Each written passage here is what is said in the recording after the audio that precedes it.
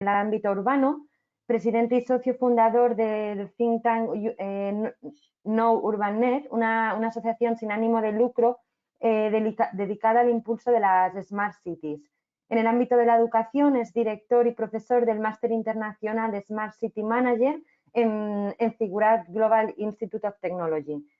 Xavier, todo tuyo, cuando quieras, tienes el control del ratón y el micrófono abierto. Perfecto, muchas gracias Ensaine o Insane, perdona, ya te he cambiado el nombre y disculpa. Y agradecer también a la Fundación Kim que haya pensado en No Urban Net para estas jornadas. Seguimos conectando, que por otro lado tan necesarias son en estas épocas de confinamiento para mantener la tensión y no olvidarnos que existimos aún, ¿no? Bueno, en primer lugar, yo lo que os quería, a ver, que se me ha ido atrás, anterior, aquí.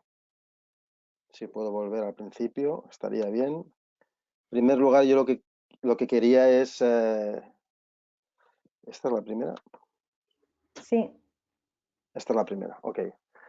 Bueno, en primer lugar, lo que quería era aprovechar también para presentarnos, ¿no? Y que nos conozcáis. Nosotros somos, como bien decía Ainsane, somos una asociación que justamente ahora en el mes de abril cumpliremos 2 años desde que nos constituimos como una asociación. Somos un think tank, un grupo de impulso, una comunidad científica que está compuesta por diversos socios y expertos con la voluntad de, sobre todo, vertebrar el conocimiento como herramienta para hacer frente a todos los procesos de cambios que vamos a encontrar, los cambios urbanos, sociales, económicos, energéticos, medioambientales, etcétera. No solamente deseamos reflexionar y analizar sobre estas cuestiones, sino que lo que queremos también es generar contenidos y modelos de gestión. Y bueno, como veis en el último apartado, decía la Suma de Talento con más de 20 expertos después de 2 años. Ahora mismo ya somos 32 expertos y lo que buscamos es transversalizar ese conocimiento y tener esa mirada poliédrica sobre todas las cuestiones que nos van a afectar en las ciudades, la transformación de las mismas en este siglo XXI. Por tanto, bueno, lo que de alguna manera queremos estructurar es ese conocimiento como génesis de nuestra existencia, de nuestra fundación, un conocimiento que tiene que estar vertebrado tras la mirada de cada uno de nuestros expertos, que tiene que dar respuestas, ser capaz de dar respuestas y evidentemente hacerlas de una manera colaborativa. Cuando hablamos de 32 expertos podéis imaginaros que hay todo tipo de perfiles profesionales, desde abogados, economistas, ingenieros, arquitectos, pero también hay sociólogos, también hay gente del tercer sector, también hay gente que habla de ética, ¿no? Por tanto, de una manera colaborativa desarrollaremos, estructuraremos, vertebraremos ese conocimiento con la voluntad de intentar llegar a ese círculo virtuoso. Los objetivos estratégicos que tenemos son 3, con ese conocimiento estructurado. En primer lugar, hacer formación. Yo, por mi parte, profesionalmente soy el director de este máster, comentaba antes a Insane, Smart Cities,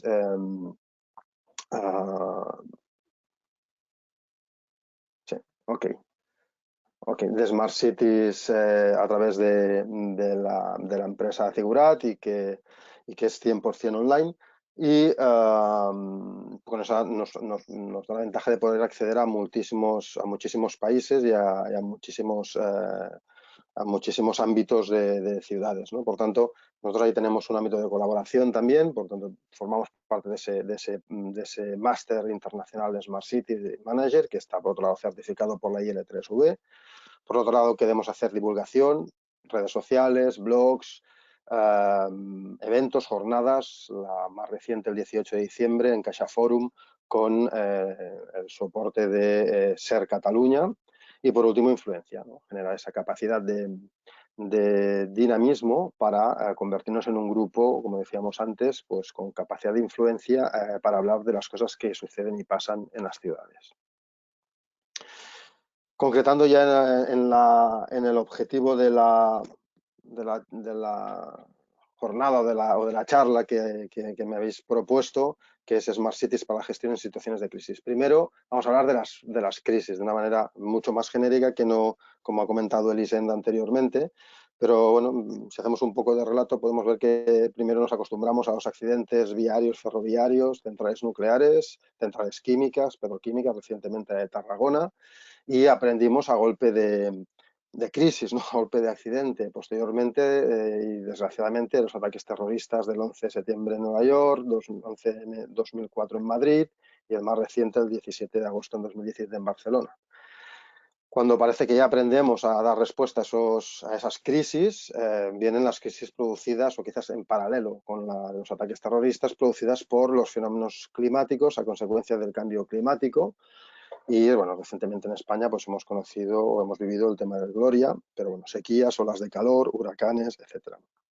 Y por último nos afecta probablemente la más grave de todas, como es esta crisis pandémica a causa de esa crisis sanitaria global COVID-19, perdón, a consecuencia de, o sea, la más grave, porque evidentemente tiene un componente global muy superior a las anteriores, que eran más puntuales, ¿no? Por tanto, nos podemos preguntar cuál será la próxima crisis. Hemos ido viendo cómo hemos tenido crisis que nos han parecido absolutamente, y lo han sido, brutales, que han sido muy duras, pero bueno, seguro que hace 6 meses ninguno de nosotros se podía ni imaginar que tendríamos que estar confinados durante seguramente 2 meses a causa de una crisis sanitaria de este tipo, como sucede en las películas de ciencia ficción, ¿no?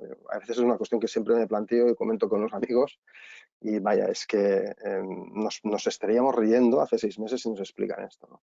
Por tanto, no es fácil de prever y sería hipócrita decir que podemos generar soluciones y criterios absolutamente especificados y confiables delante de crisis, y no como la hora de COVID-19, pero insisto, ¿cuál será la próxima?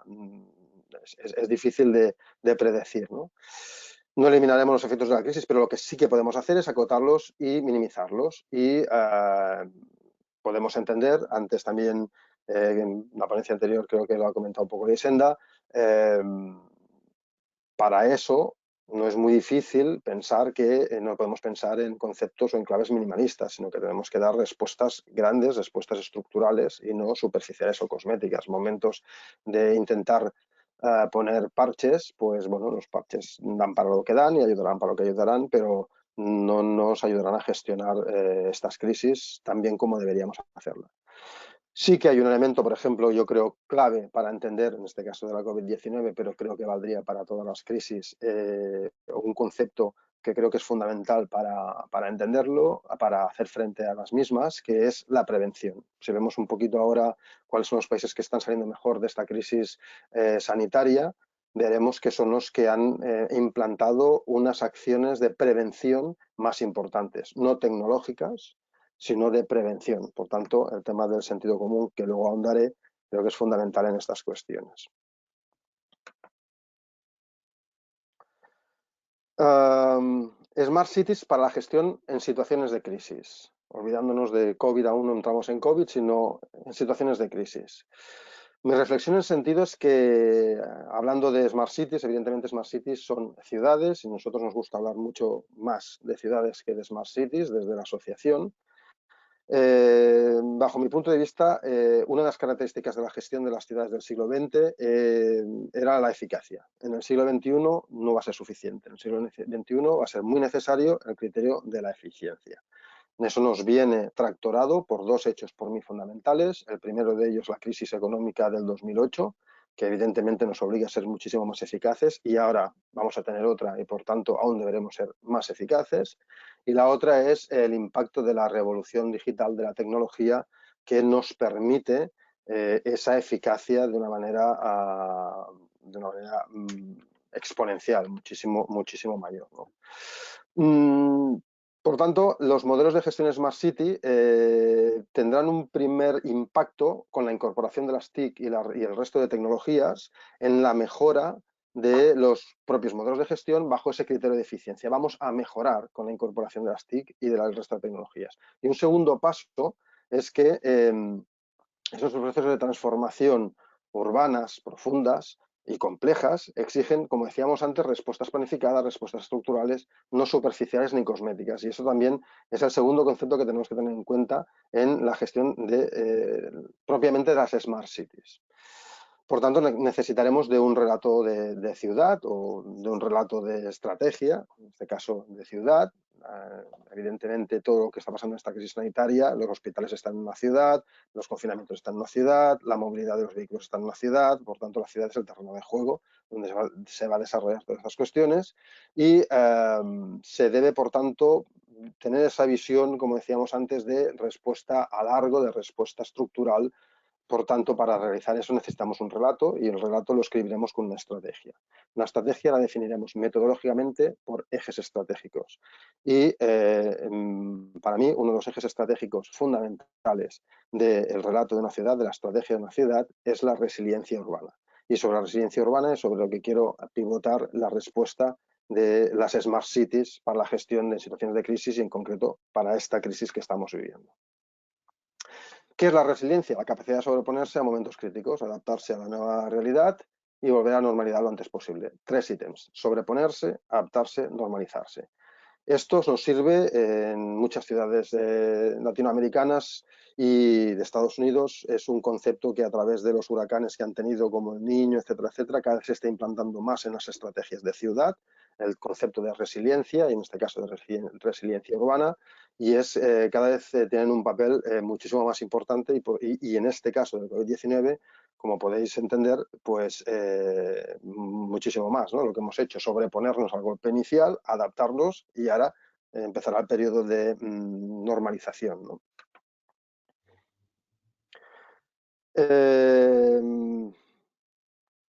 ¿Cómo estructuramos o cómo desarrollamos este concepto de resiliencia? En primer lugar, a mí me gusta hablar mucho de la cultura de la resiliencia, porque nos permitirá incrementar y mejorar constantemente nuestro conocimiento. Es decir, el entrar en esta cultura lo que nos va a permitir es ir desarrollando ese conocimiento e ir mejorándolo e ir desarrollándolo y mejorándolo, como he dicho anteriormente.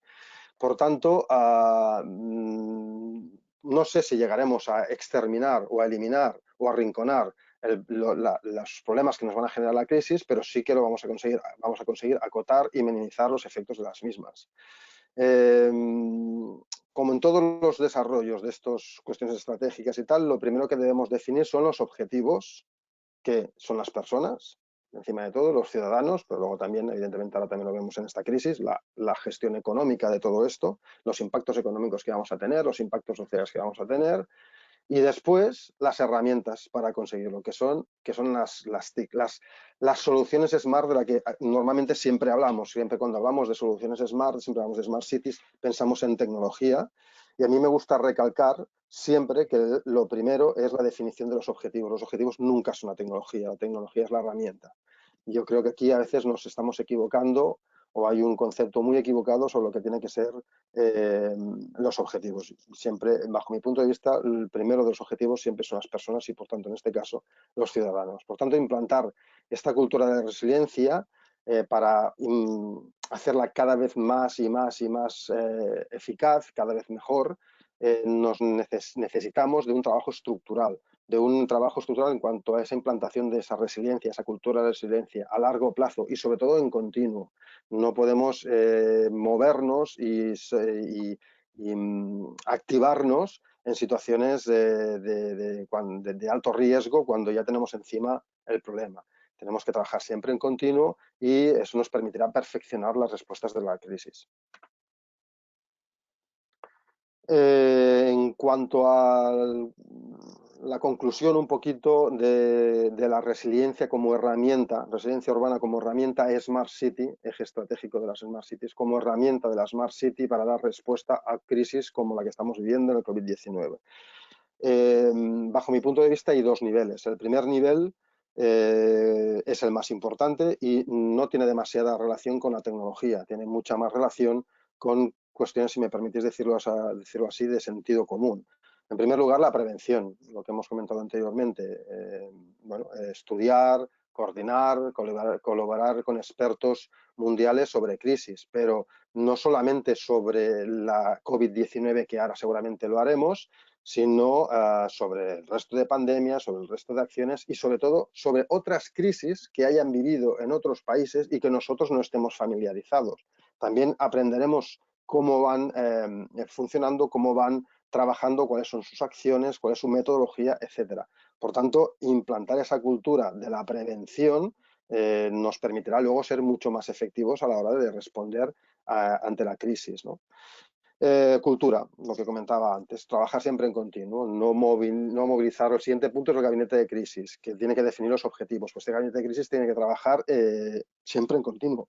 No podemos convocar los gabinetes de crisis cuando tenemos la crisis o cuando tenemos la urgencia, porque entonces, bueno, son muy voluntariosos, pero a veces son poco eficaces. Si ese gabinete de crisis está estructurado dentro de una estrategia Smart City, siempre irá mejorando, perfeccionándose e irá elaborando mejores respuestas. Yo en ese sentido también, respecto al cuarto punto, soy muy de Winston Churchill, que siempre decía que si tenía que debatir y alargar temas que no eran muy de su interés, nombraba una comisión de seguimiento, pero si realmente tenía la voluntad de solucionar un problema, nombraba un responsable. Por tanto, es necesario de la definición de responsable o responsables que gestionen esos gabinetes de crisis, la cultura, la prevención en el momento en que está, ¿no? El plan de comunicación, en plena época de las fake news y las idas y venidas y de si esto funciona o no funciona o todo esto, los planes de comunicación son fundamentales en cualquier implantación de una estrategia Smart City en sí misma y en este caso, en el caso que nos atañe hoy respecto a la crisis del COVID-19, el plan de comunicación cada vez es más y más importante en todos los ámbitos de gestión y por tanto también el de las crisis, ¿no? Luego los recursos materiales, y aquí sí que embranco mucho con lo que decía Elisenda en la ponencia anterior de documentar, protocolizar todas estas cosas que hemos estado realizando durante estos meses y que nos puedan servir pues, el año que viene u otros posteriores tenemos crisis pandémicas de este tipo, ¿no? Va muy relacionado con eso de trabajar siempre en continuo, con eso de trabajar estructuralmente, en prevención, etcétera, que he ido comentando anteriormente. Y en concreto aquí en recursos materiales, pues en primer lugar cuestiones más vinculadas al sentido común. Tenemos ya espacios y edificios habituales, también han comentado en anteriores ponencias, ¿no? Los hospitales, los CAPs, etcétera, etcétera, que, bueno, ahora hemos visto que cuando ha sido necesario hemos sido capaces de modularlos, de darle polivalencia. Esto también se puede trabajar, si prefieres decirlo así, con arquitectos e ingenieros, y conozco el caso porque conozco un poquito cómo se ha habilitado algunos pabellones polideportivos de urgencia, para tener previsto desde planos a actuaciones, a ser proveedores de suministros y de instalaciones que en un momento determinado nos pueden permitir modular y hacer polivalentes los espacios que ya tenemos nosotros actualmente. Y luego, otros espacios que conocemos que están infrautilizados, pabellones deportivos, centros culturales, etcétera, etcétera, que a lo mejor se utilizan una vez a la semana, que se utilizan 4 veces a la semana y que tenemos que tener ya en mente y preparado dentro de ese gabinete de crisis, de esa cultura, de ese trabajo en continuo, para, si en un momento determinado nos hacen falta, poderlos activar con la máxima celeridad posible y con el máximo criterio posible, porque ya habremos hecho el análisis previo de las necesidades que tenemos y de cómo lo podemos reutilizar. El siguiente punto es el de recursos humanos, bueno, los habituales, ¿no? Enfermeros, doctores, etcétera. Movilización de activos, ahora lo hemos visto también, jubilados, voluntariado, ahora los hemos movilizado en unas acciones absolutamente imprevistas y sin una visión estratégica, sino ¿qué podemos hacer? Movilizar, los movilizamos. Y el último punto, fundamental para mí, es el voluntariado organizado, el tercer sector. Aquí hablamos desde el Open Arms, desde Casal d'Infants del Raval en Barcelona o mucho más allá, con una visión muchísimo más global y en esta crisis en concreto, Médicos Sin Fronteras, que tienen una experiencia absoluta de trabajar en situaciones de crisis, en situaciones de mucha tensión, con lo cual ellos deben ser uno de nuestros asesores, de las personas con las que tenemos que estar hablando en continuo, porque están acostumbrados a vivir en estas crisis y nos pueden aportar muchísimo para hacer frente a las mismas, porque viven en ellas, ¿no? Por tanto, no hay que improvisar, hay que intentar siempre estructurar al máximo, y este voluntariado organizado tenemos que contar con ellos previamente, ¿no? Como en este concepto que estoy intentando analizar. Como veis, en estas medidas de primer nivel no hay demasiada tecnología. No hay demasiada tecnología. Algo hay, pero no hay demasiada tecnología. Y creo yo, hay mucho sentido común y mucha voluntad en el sentido de insistir en las respuestas estructurales, en las respuestas profundas. Por tanto, en la estrategia y en el trabajo en continuo.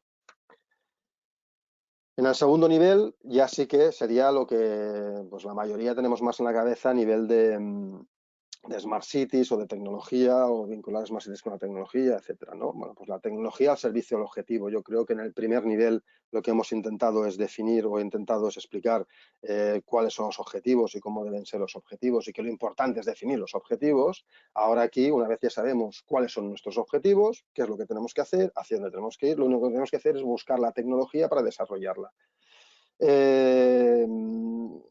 La implantación de las TIC y de otras tecnologías, Big Data, analítica de datos, inteligencia artificial y sobre todo ciberseguridad, tenemos que blindar todas las respuestas que generemos. Tenemos que blindar toda tecnología que pongamos al abasto de estas soluciones, porque si no, si tenemos un ciberataque, todo lo que hemos hecho se nos puede ir por la borda, ¿no? Por tanto, esto nos va a permitir en un primer episodio, en un primer estadio, mejorar nuestra situación. Una vez tenemos claro cuál es el objetivo, aplicamos tecnologías y TIC de una manera más trabajada, más estructural y con más tiempo, eso nos va a permitir mejorar nuestros sistemas de respuesta.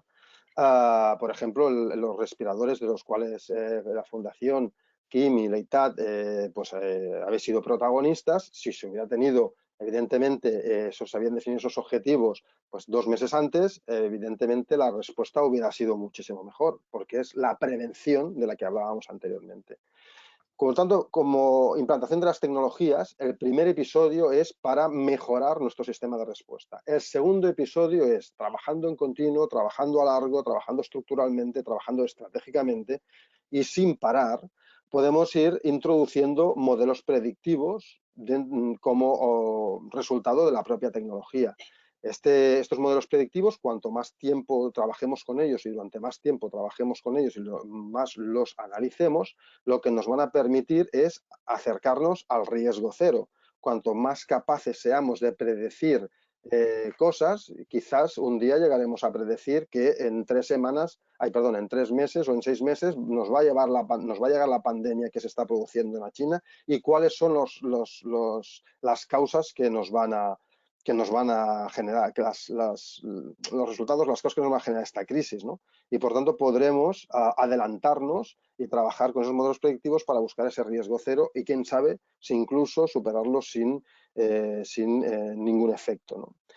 Por último, recursos materiales, segunda parte. En el primer nivel hablamos de la primera parte, esta es la segunda parte, que es la industria, cambios en las cadenas de montaje. Vosotros habéis sido protagonistas desde Fundación Kim, desde Leitat, con el tema que decíamos anteriormente de los respiradores y otros que Elisenda también ha explicado. Por tanto, también si trabajamos con metodología y con prevención podremos, y con esa resiliencia, podremos desarrollar prever esos cambios en las cadenas de montaje, podemos prever la implantación de impresoras 3D en la propia industria y, una vez más, organizar a ese voluntariado organizado que pues yo conozco muchísima gente que ha comprado impresoras pequeñas de 3D y se ha puesto a imprimir mascarillas o pantallas. Bueno, eso hay que incorporarlo dentro de los gabinetes de crisis de los que hablábamos antes y toda esa gente que tecnológicamente aparte, Lisendo también creo que hacía algún comentario en el sentido, incorporarlos en estos procesos de cultura de la resiliencia y de la propia resiliencia urbana como respuesta Smart City a estas crisis en general y a esta crisis pandémica en particular. Por último, me gustaría despedirme con 2 frases, una más científica y la otra más poética. La científica hace referencia a una frase que hace poco leí de Bill Gates que decía que lleva 20 años explicando a los gobiernos de las naciones más importantes que invertir en mejorar las condiciones de los países más pobres no solo es lo más correcto, éticamente, moralmente, sino también lo más inteligente. Esta frase a mí me recuerda mucho a una que hace muchos años que se repite, que es que invertir en educación es caro, pero no invertir en educación es muchísimo más caro. Pues yo creo que la filosofía de esta frase de Bill Gates va en esa línea, ¿no? Y por última, y muy referente a esta crisis pandémica que estamos viviendo ahora y que hace 6 meses nos lo explican y nos lo creíamos, es que cuando creíamos que teníamos todas las respuestas, de pronto cambiaron las preguntas. Una frase de Mario Benedetti y que también enlazándola con lo que os he comentado antes, ¿no? ¿Cuál será la próxima crisis? Pues hoy, cuando tengamos las respuestas de la COVID, igual tendremos otras crisis diferentes. Si trabajamos con esa cultura de la resiliencia, si trabajamos con esa cultura de la prevención y del conocimiento generalizado y en continuo estructuralmente y estratégicamente, probablemente seremos más capaces de dar respuesta a esas preguntas. Por mi parte, nada más. Muchísimas gracias. Muchas gracias, Xavier. Abrimos el turno de preguntas por si hay alguna pregunta.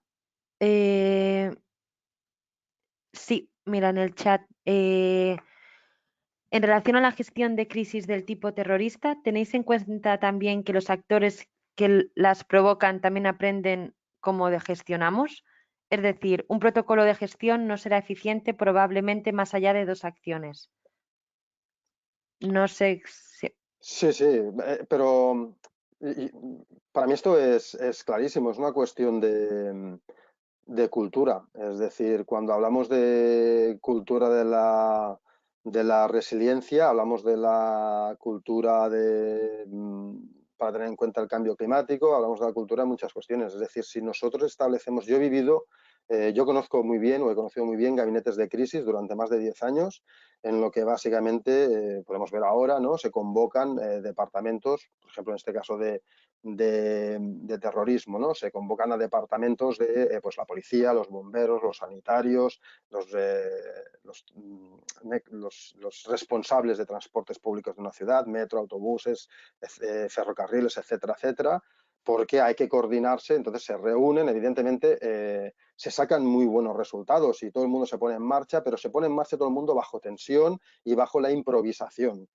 Cada uno conoce sus ámbitos, lo aporta y se intentan buscar pues esas respuestas que decías tú de esas dos opciones. Si nosotros trabajamos con esa prevención y si nosotros nos ocupamos de crear esa cultura de la resiliencia, ese gabinete de crisis tiene que estar en funcionamiento los 365 días del año o los 12 meses del año, pero tiene que tener una cultura de aprender a trabajar coordinadamente y eso también nos tiene que llevar, como uno de los puntos que señalaba anteriormente, a abrir nuestras mentes y no limitarnos solamente a nuestra ciudad o nuestro ámbito territorial, sino a ver qué es lo que pasa en los actos terroristas, a lo mejor de Estados Unidos, evidentemente fueron diferentes de los de Barcelona, y cómo son los de África y cómo son los de que te expliquen otros sus experiencias y a partir de ahí tú vas perfeccionándote.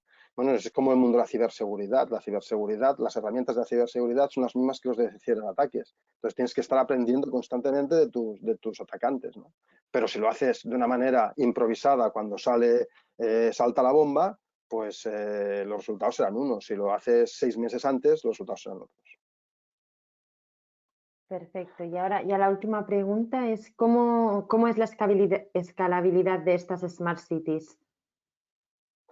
Porque una cosa que parece estar clara, por la gente dirá de nuevo, a las ciudades y el futuro serán básicamente las demás ciudades. Yo en el tema de Smart Cities soy un poco disruptivo y creo que lo más importante son las ciudades. Es decir, nosotros estamos hablando siempre de ciudades y estamos hablando de gestión de las ciudades. Smart Cities para mí es un modelo de gestión de las ciudades, pero no son las ciudades, es la herramienta. Por tanto, primero tenemos que definir cuáles son los objetivos de esas ciudades. ¿Cuáles son los objetivos? Los problemas que nos atañen. Es decir, que tenemos un problema medioambiental, clarísimamente. Por cierto, con el COVID hemos visto cómo se han recuperado nuestros niveles de medioambientales.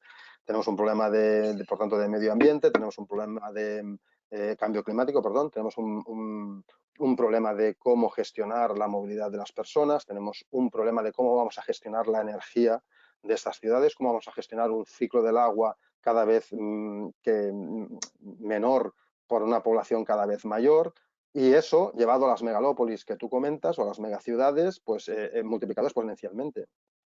Por tanto, lo primero que tenemos que poner sobre la mesa, y os pondré un ejemplo para acabar, es cuáles son los objetivos fundamentales a los que tenemos que dar respuesta. Eso es lo más importante. La tecnología nos va a dar respuesta, ya existe, y si no existe, existirá en breve.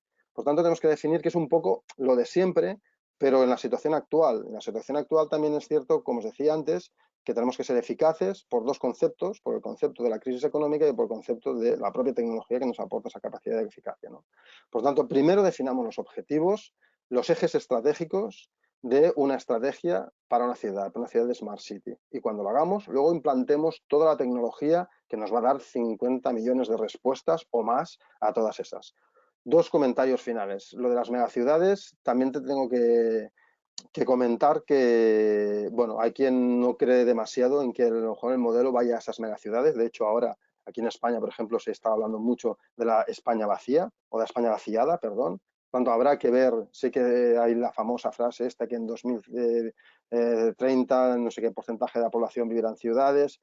Bueno, es probable que así sea, pero las últimas tendencias tampoco va hacia allí. Por lo tanto, habrá que ver. Lo que de todos modos sí que es cierto es que tenemos megaciudades ya, existen ya megaciudades. Y lo que tenemos que definir son los objetivos y definir ¿cuáles son los ejes? Acabo con un ejemplo. Antes os he comentado que nosotros somos una asociación en la que tenemos diversos perfiles y queremos dar una visión poliédrica de los impactos en las ciudades, etcétera. Una vez estamos planteando de hecho, pero una vez empezamos a trabajar todo el tema del ciclo del agua y del impacto del ciclo del agua en las ciudades. A partir de aquí se establecieron conceptos como, por ejemplo, bueno, pues el concepto de no perder ni una sola gota de agua, recuperar toda el agua, recuperar, reciclar, regenerar, los tres conceptos. Luego, modelos económicos para implantar o modelos de gestión del servicio urbano para gestionar este recurso, como es el agua, modelos económicos, modelos de gestión, modelos jurídicos que dice la normativa a nivel mundial, técnicos, ingenieros, arquitectos, etcétera. Y uno de nuestros componentes, que trabaja en una entidad del tercer sector muy reconocida, nos dijo: eso me parece muy bien, pero en un barrio de Barcelona el 70% de las personas no pueden pagar el recibo del agua y no tienen acceso al agua. Ese quizás es el objetivo. No sé si me explico. Es muy importante entender que en las ciudades viven personas que son los ciudadanos y que esos son los primeros objetivos que tenemos que definir y cómo llegamos a optimizar el servicio, a ahorrarlo, economizarlo, valorizarlo y que eso retorne en favor de las Smart Cities. Perfecto, Xavier. Muchas gracias. Lo dejamos aquí, que si no se nos va de tiempo. Muchas gracias por tu participación. Muchas gracias a vosotros y si hay cualquier pregunta, evidentemente me las hacéis llegar y os la contestaré, ¿no? Perfecto, perfecto. Pues muchísimas gracias. Gracias a vosotros.